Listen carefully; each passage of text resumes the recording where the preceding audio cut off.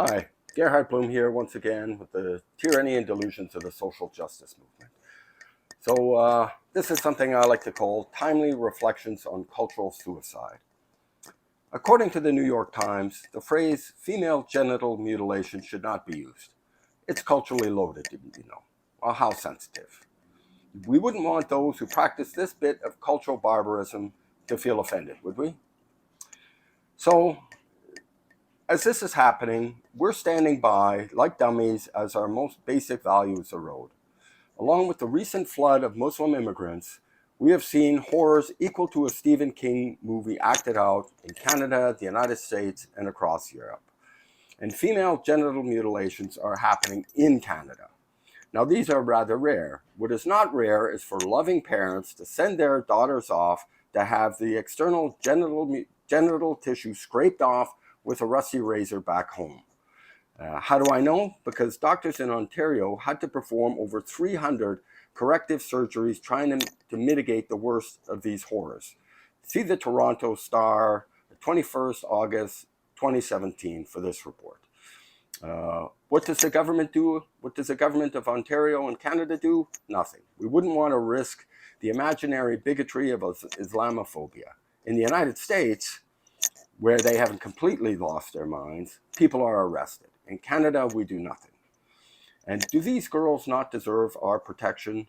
The recent flood of Muslims into the West brings with them cultural commitments and beliefs that are incompatible with our societies. At the risk of courting offense here, I would say incompatible with civilized society. Of course, you already knew about the Muslim terrorism. Did you also know about the honor killings and enforced suicides? Growing up, did you ever hear of such things? They occur everywhere you find recent Muslim immigrants and in proportionate numbers. Could this really be coincidental? In Europe, these tragedies are routine. There's a think piece out by the European Parliament on 9th December 2015 talking about this horror show. As with the recent and dramatic rise of rapes and anti-Semitic attacks, these so-called honor killings are correlated with the numbers of recent Muslim immigrants.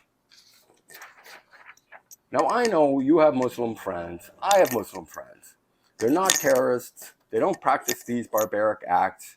So how is it that I can so confidently associate Islam with these horrors? Simply put, the Islam of the moderate or modernist Muslim is a domesticated Islam. It is an Islam that has been informed by secular, modernist values and culture. It has been shaped by civilizational pressures. This domestication does not happen in the Muslim world.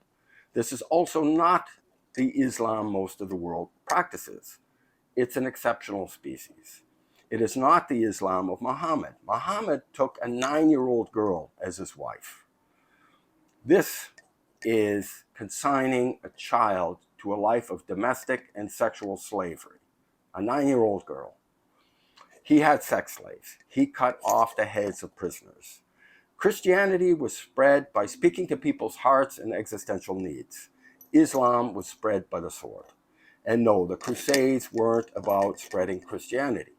They were about liberating the Holy Land. These lands were Christian and Jewish centuries before Islam took them over. Just as the figure or person of Christ is a moral exemplar to Christians, so Muhammad is for the Muslim. I know you've heard politicians and journalists say that the terrorists offer a misreading or a misinterpretation of Islam. This is a lie. The fact is, ISIS and Al-Qaeda understands Islam properly. And they explicitly follow Muhammad's example. The jihad, the sex slaves, the beheadings, these were all examples set by Muhammad himself. He was given the task, allegedly, by Allah to spread Islam by the sword. And they've been doing that for 1,400 years. Islam explicitly divides the world into the house of Islam, Dar al-Islam, and the house of war, Dar al-Harab. For the true believer, any polis, any state not governed by God's law, Sharia, is the house of war. We are obviously living in the house of war, quite explicitly. And Mohammed explicitly calls for jihad, war, to bring the world under divine law. Yes, Islam is the price, is a religion of peace, but the price of that peace is submission. In case you didn't know, Islam means submission. There is war until we submit to Islam and Sharia law. Am I serious? Do I seriously believe this? Well, riddle yourself this, smarty pants. If I'm a father who just killed my daughter or forced suicide on her for the sin of having polluted her soul by dating a non-Muslim or for renouncing Islam, or just killed my gay son for shaming the family, what do you think I think about gay marriage, right? Or women walking around in miniskirts, or lesbians holding hands? What do you think I would think about liberal values, women's rights, to saying, you know, nothing says sincerity like killing your own child, right? That says sincerity to me, right? So the modernist species of Islam, the modernist, progressive species of Islam is a rare and special species. It is not the Islam that millions of Muslims adhere to. And as it happens, the fastest growing religion on the planet is the Islam that Muhammad intended. And unless this conspiracy of silence over the barbarism inherent in this religion stops, Islam will not reform. This cannot happen in Muslim countries. Critics are killed. In fact, they are killed across the globe.